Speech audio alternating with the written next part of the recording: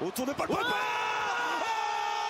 Bravo monsieur, superbe Paul Pogba. On l'attendait, Rui Patricio l'avait repoussé lors du 3e match de poule, mais là Sommer ne peut rien sur cette trajectoire limpide de monsieur Paul Pogba. C'est peut-être le but de la qualification.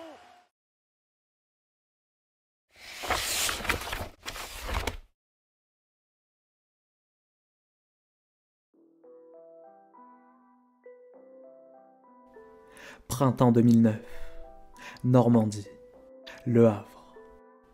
Paul Pogba, alias La Pioche comme on le surnomme depuis son enfance, est alors âgé de 16 ans. Voilà maintenant 2 saisons qu'il a rejoint le centre de formation du HAC, en provenance de la région parisienne, et de l'US Torcy.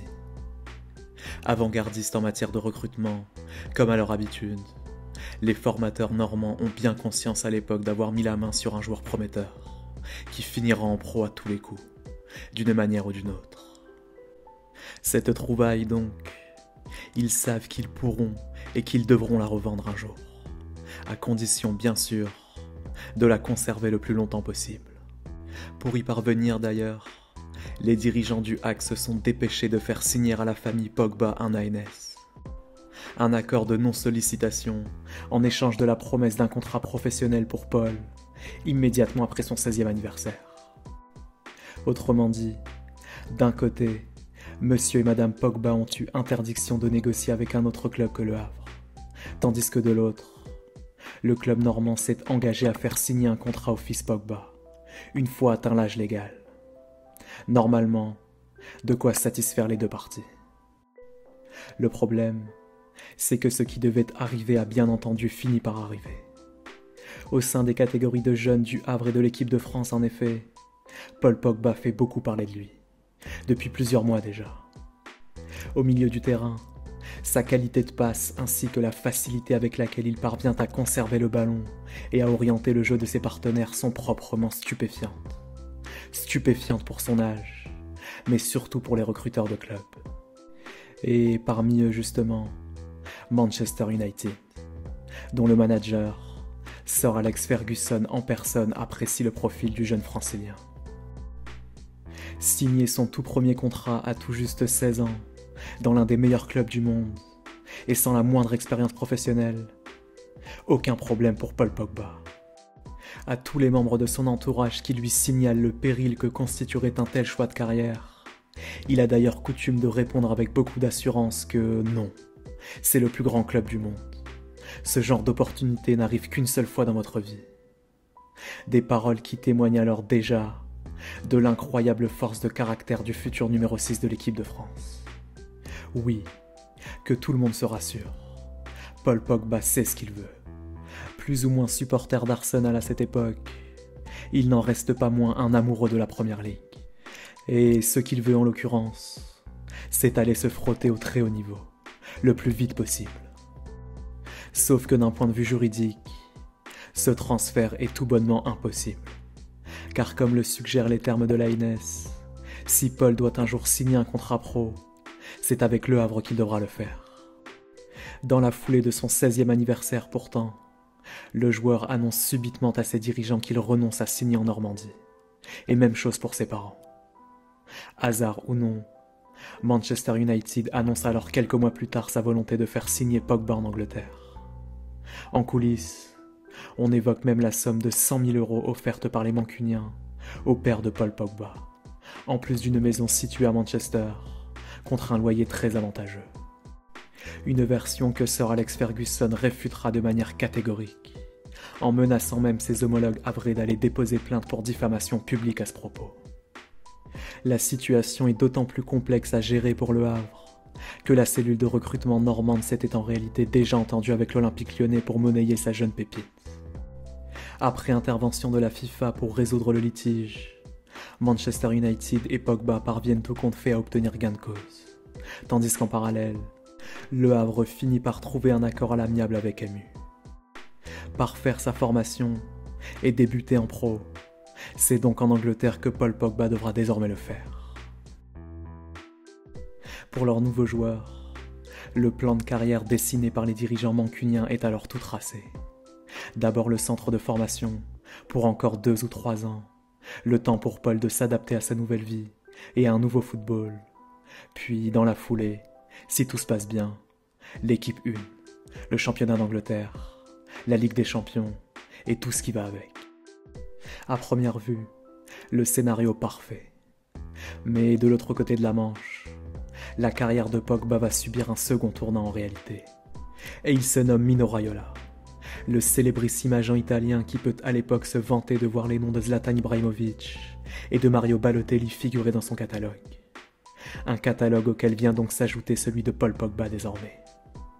Et pour le coup, les ambitions de l'Italien sont claires et nettes. Compte tenu de l'immense talent de son nouveau poulain, il est absolument hors de question pour lui d'obtenir autre chose qu'un contrat très avantageux en Angleterre. À l'époque pourtant, Pogba et Manchester sont liés par un contrat aspirant de 3 années, de 2009 à 2012, auquel devrait normalement succéder un contrat pro. Mais la première rencontre entre Raiola et Ferguson se solde par un fiasco. Entre les deux hommes, le courant ne passe pas du tout. D'autant que, pour ne rien arranger, l'entraîneur écossais perçoit déjà chez Pogba une forme de nonchalance, potentiellement toxique pour la suite de son parcours. Pour l'anecdote, il va même jusqu'à confier ses doutes à Pascal Olmeta, un jour où ce dernier est invité à venir observer une séance d'entraînement à Manchester. « Tu vois, ce joueur, le prévient-il, il est extraordinaire, bourré de talent, il est au top, mais c'est un rêveur. Et si personne n'est là pour lui tracer sa voie, il n'y arrivera jamais. » Mais si Pogba l'accepte, Ferguson est malgré tout prêt à devenir celui qui tracera sa voie. En attendant, dans un vestiaire habité par Michael Carrick, Darren Fletcher et surtout Paul Scholes, il n'a rien d'autre à lui proposer que le banc de touche en équipe première, à l'occasion de quelques convocations pour des rencontres de Première Ligue. Ce que Paul Pogba, lui, peine à comprendre. La rupture intervient même un jour de l'année 2011, quand, à l'aube d'une rencontre de championnat, Ferguson doit faire face à une cascade d'absence dans l'entrejeu. Mais à en croire la version de Pogba lui-même, le coach mancunien aurait choisi ce jour-là de ne pas faire appel à lui, préférant aligner un latéral au milieu du terrain, le Brésilien Rafael. Dès le printemps 2012, Ferguson avertit pourtant son joueur qu'il a bien l'intention de le conserver dans l'optique des saisons à venir. À terme, il finira par avoir sa chance à United. Encore un peu de patience. Hors de question de patienter davantage pour le duo Raiola-Pogba. Pourquoi en effet perdre du temps quand on sait déjà tout faire? Et cause ou conséquence de cette rupture, la rumeur d'un intérêt immédiat de la Juventus pour Pogba enfle dans la presse européenne. De quoi convaincre MU de tenter le tout pour le tout lors de l'été 2012, avec un contrat longue durée relativement avantageux pour un joueur aussi jeune. Mais là encore, refus catégorique de la part de Mino Raiola. Il n'est pas question pour lui de voir la progression de son client reportée une fois de plus.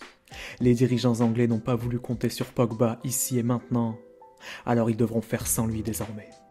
Et si jamais United veut un jour le rapatrier, ce ne sera pas avant quelques années, et probablement contre une très grosse somme d'argent. Car à compter de la saison 2012-2013, c'est bien sous le maillot noir et blanc de la Juventus que Paul Pogba poursuivra sa carrière. Avec leur nouvelle pépite, les Turinois, eux, n'ont en effet pas l'intention de perdre du temps. Immédiatement après sa signature, le tricolore est d'ailleurs incorporé à l'équipe première pour les séances d'entraînement quotidiennes. L'occasion pour les dirigeants italiens de bien lui faire comprendre qu'en signant à la Juve, il est loin d'avoir perdu au change en matière de prestige, mais qu'il va surtout devoir gagner sa place désormais, aux dépens de Claudio Marchisio, d'Arturo Vidal et même d'Andrea Pirlo. Pas de quoi l'impressionner pourtant, bien au contraire. Ainsi, à l'issue de la toute première séance d'entraînement estivale, les cadres du vestiaire turinois peinent à croire ce qu'ils ont vu sur la pelouse. C'est tout juste si certains d'entre eux ne soupçonnent pas le canular. Pirlo se souvient. Je me rappellerai toujours de ce premier jour où il s'est entraîné à la Juventus. Il était jeune, mais nous pouvions déjà voir qu'il était spécial. Nous marchions vers les vestiaires après la session d'entraînement. Et je me souviens clairement de Gigi Buffon venant vers moi, en train de rire, en me disant juste Ils l'ont vraiment laissé partir gratuitement. Pour l'anecdote, Claudio Marchisio, présent lui aussi ce jour-là, va même jusqu'à confier à ses partenaires les craintes qui sont les siennes quant à sa place de titulaire pour les prochains matchs. Fort heureusement pour l'international italien, la Juventus jouera sa carte à fond sur tous les tableaux pour la saison à venir, du championnat de Serie A à la Ligue des Champions, en passant par la traditionnelle Coupe d'Italie. Suffisant pour permettre à Antonio Conte de répartir équitablement le temps de jeu entre tous ses milieux de terrain. Mais l'entraîneur italien s'attendait-il vraiment à devoir en attribuer autant à Paul Pogba pour sa toute première saison en Italie? Non, probablement pas. Mais chaque fois qu'il fait appel à lui, difficile pour Conte de contester l'incontestable. Du haut de son mètre 91 de muscles et d'autorité au milieu du terrain, Paul Pogba n'a strictement rien à faire sur un banc de touche, ni en Serie A, ni en Ligue des Champions. Aux côtés de Pirlo et de Vidal dans l'entrejeu, le Français est comme un poisson dans l'eau, limite facile par moments. À la différence près que Pogba, lui, vient à peine de fêter ses 19 ans et n'est rien d'autre qu'un international espoir. En Italie toutefois, l'ancien Havré ne se contente pas seulement de goûter avec bonheur aux pelouses de Serie A. Il y éprouve aussi et surtout la rigueur turinoise en matière de préparation physique. Loin, très loin de ce qu'il avait pu connaître en France, et même en Angleterre. Rien n'est facile à la Juve, admet-il. Il y a une culture différente du travail par rapport à ailleurs. Quand j'étais à Manchester, ça ressemblait à des vacances. Sous ces nouvelles couleurs, Pogba fait ainsi la découverte d'une notion quasiment inédite pour lui. La discipline. Tactique d'abord. Quand, plus d'une fois, Antonio Conte le rappelle à l'ordre sur la nécessité de respecter ses replis défensifs sur le terrain. Plus qu'une simple nécessité, un impératif catégorique pour Pogba, surtout après ses innombrables projections offensives. Discipline tactique donc, mais également extra-sportive. Dans ce registre, le tricolore est loin d'être un garçon à problème. Mais comparé à Buffon, Chiellini et autres Leonardo Bonucci, il est encore jeune, et donc parfois très étourdi. Lors du mois de novembre 2012 par exemple, les dirigeants bianconeri relèvent ainsi 2 retards successifs de la part de Pogba, chaque fois pour des motifs non valables. Une panne de batterie téléphonique la première fois, des embouteillages pour la seconde. Sanction immédiate de leur part, avec une mise à l'écart de plusieurs jours. Très anecdotique a priori. Pourtant, aujourd'hui encore, Pogba n'a rien oublié de cet épisode. C'était fait exprès, avoue-t-il, pour me faire rester sur terre, pour me dire qu'ici, en Italie, si tu joues bien, ils t'emmènent là-haut. Mais si tu fais une erreur, ils te mettent au plus bas. C'était une leçon. J'ai regardé le match de championnat à la télé, et je me suis dit, c'est bien fait pour toi. Maintenant, tu arriveras en avance. S'agissant de sa progression en revanche, Paul est tout, sauf un retardataire. Il est même très en avance de ce point de vue-là, avec plus d'une 30aine de matchs officiels disputés sous ses nouvelles couleurs, par ailleurs conclus par un titre de champion d'Italie. Pas mal pour un débutant. Dans les tribunes du Juventus Stadium, Pogba devient rapidement Pogboom, en référence aux nombreuses frappes lointaines qu'il a coutume de tenter et de cadrer avec une précision chirurgicale dans les lucarnes adverses. En somme, le début d'une longue histoire d'amour entre les tifosi turinois et leur nouveau chouchou. Alors bien entendu, si Pierre Mankowski, le sélectionneur tricolore des catégories U20 cherchait un capitaine et un leader de vestiaire pour la prochaine Coupe du Monde en Turquie, inutile de préciser qu'il vient de le trouver. Aux côtés de Florian Thauvin, de Geoffrey Kondogbia et de Kurt Zouma notamment, la pioche guide l'équipe de France jusqu'au titre suprême, en éliminant par exemple la Turquie d'Hakan Çalhanoğlu et l'Uruguay en finale. Sans surprise, son ultime fait d'armes chez les catégories de jeunes, pour lesquels il ne disputera plus un seul match désormais. Car à partir de maintenant, le destin international de Paul Pogba se jouera à l'échelon supérieur. Non pas en équipe de France U20, mais en équipe de France tout court. Précisément là où Didier Deschamps a pour mission de redorer le coq tricolore. Et pour purifier l'atmosphère des Bleus justement, dont émane encore et toujours l'odeur de Neissna, il a besoin de visages et de talents nouveaux, jeunes si possible, est d'ores et déjà capable d'affronter le haut niveau. Paul Pogba est l'un de ses talents. Quelques mois avant le sacre des U20, il a d'ailleurs pu honorer ses premières sélections en bleu, notamment face à l'Espagne en match de qualif pour le mondial brésilien. La Coupe du Monde au Brésil, c'est d'ailleurs la première grande compétition à laquelle Pogba prend part en sélection. Sans la victoire finale cette fois-ci bien entendu, mais jusqu'en quart de finale malgré tout, face à l'Allemagne, dans un groupe et dans un tableau relativement favorable. Pas de quoi sauter au plafond pour les hommes de Didier Deschamps, mais de quoi restaurer un minimum la fierté des supporters français, 4 ans après l'Afrique du Sud. Titulaire indiscutable tout au long du tournoi, Paul Pogba est quant à lui logiquement élu meilleur jeune de la compète, devant Raphaël Varane et Memphis Depay. En attendant le prochain Euro 2016, à domicile, retour à Turin donc. Pas tellement pour y gagner le championnat d'Italie, devenu plus qu'une formalité pour la vieille dame, mais surtout pour essayer de viser plus haut en Ligue des Champions. L'objectif ultime d'Andrea Agnelli, lui qui rêve de briser la malédiction des finales perdues qui pèsent sur son club depuis plus d'une décennie. Dès 2015 pourtant, l'histoire se répète. Malgré toute leur expérience, Buffon, Pirlo, Evra et consorts ne peuvent strictement rien face à la MSN du Barça. Défait 3-1 en finale. Et même chose la saison suivante, dès les 8e de finale cette fois-ci face au Bayern Munich. En coulisses, Agnelli n'ignore plus grand-chose des convoitises pressantes dont il fait l'objet pour son numéro 10. Il le sait. Inévitablement, Pogba finira par s'en aller. Reste à savoir où désormais. A priori l'Angleterre, là où tout avait plus ou moins commencé pour lui. Bonne nouvelle, en Première Ligue, Manchester United a de l'argent à dépenser. Beaucoup d'argent. Pour regagner les sommets, la famille Glazer a justement donné carte blanche à José Mourinho. Le Portugais peut dépenser sans compter, ou presque, quitte à lâcher une énorme somme pour un seul et même joueur. 50, 60, 80 ou même 100 millions d'euros si besoin. Après négociation, ce sera finalement 120 millions d'euros, versés sur le compte bancaire d'un unique club et contre un seul et même joueur effectivement. La Juventus Turin et Paul Pogba. En résumé, Manchester United vient de recruter pour une somme monstrueuse un joueur qu'il a volontairement laissé partir gratuitement 4 ans plus tôt. À y regarder de plus près, un pari mercato proprement délirant de la part des dirigeants anglais. Avec une telle pression, à la fois médiatique et financière, autant dire que l'équation est simple pour Pogba. Option numéro 1, il devient peu à peu l'un des meilleurs joueurs du monde à son poste, et tire United vers le haut, en Première Ligue et sur la scène européenne. Ou alors option 2, il stagne, enchaîne les blessures et peine à répondre aux attentes.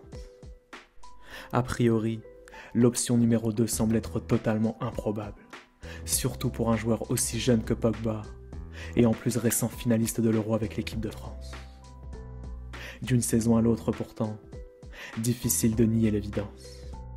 Et l'évidence, c'est que malgré José Mourinho, la pioche retombe inévitablement dans ses travers. Balle au pied, le Français n'est pas maladroit certes, il est même plutôt élégant dans ce domaine, capable ponctuellement de gestes sublimes.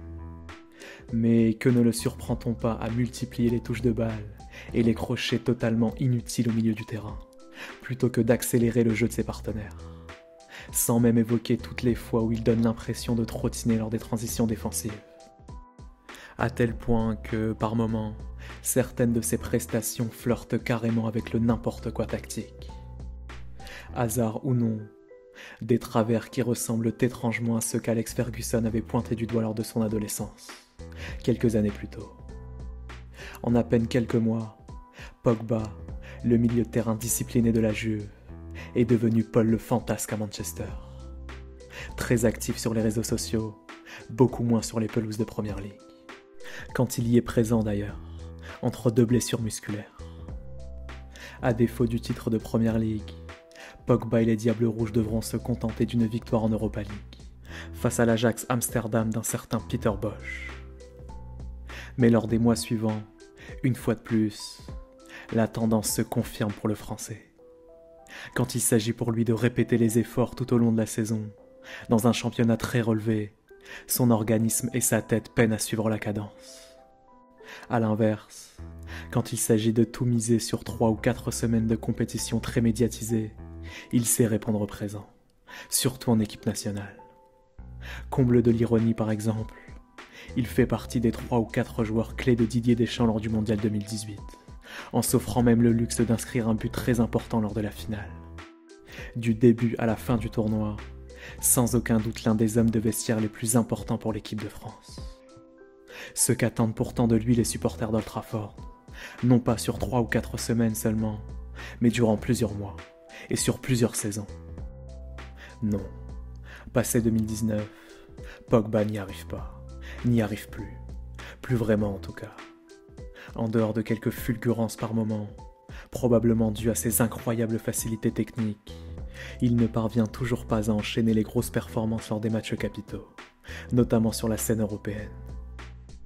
Dorénavant, Pogba réserve ses fulgurances pour une poignée de matchs de championnat et pour les rencontres internationales qu'il dispute, comme s'il n'était tout simplement pas adapté aux cadences infernales mais nécessaires du football de club. Une forme de démission plus ou moins volontaire, et d'autant plus navrante qu'en équipe de France. Chaque fois que l'on fait appel à lui, il répond présent avec un P majuscule, aussi bien sûr qu'en dehors des terrains. À l'image par exemple de ses prestations XXL lors de l'Euro 2020, durant lequel il démontre à l'Europe tout entière, et aux sceptiques éventuels, qu'il n'a strictement rien perdu de son talent. Mais hélas pas certains de ses défauts non plus. Le fameux 8e de finale France-Suisse en est la parfaite illustration.